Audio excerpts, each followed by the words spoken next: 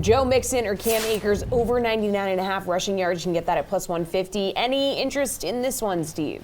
Yeah, I don't really like this one. I mean, here's one I'll throw some cold water on, like, especially with Cam Akers. And we've talked about this multiple times now on this show. Like, it's great that he's been back, but, you know, can anybody really say that he's been overly efficient since he's come back? Like, he really hasn't. I mean, if you really take away, you know, the 5 carries on 3 yards he had in that first game back, you know, we're talking about 55 carries for 151 yards. Like, that's not exactly efficient if we're talking about that.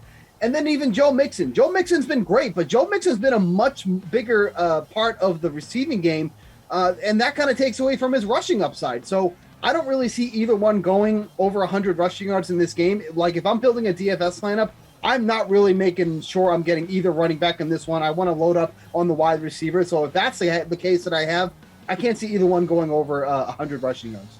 All right, Geoff, you got any interest in this one?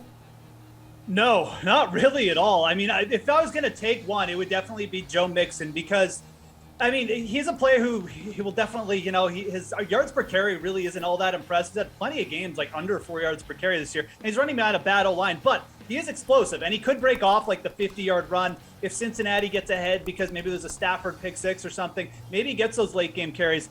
That's the one I would probably just lay off or maybe consider about going over on. But the Akers one, I think you can attack Cam Akers with an under. Are we even sure Cam Akers is going to be the primary ball carrier for the LA Rams? I mean, Sony Michel outsnapped him in the last game. The Rams have seen Cam Akers rush for like 3 yards a carry in 3 straight games. He almost knocked them out of the playoffs single-handedly against the Buccaneers.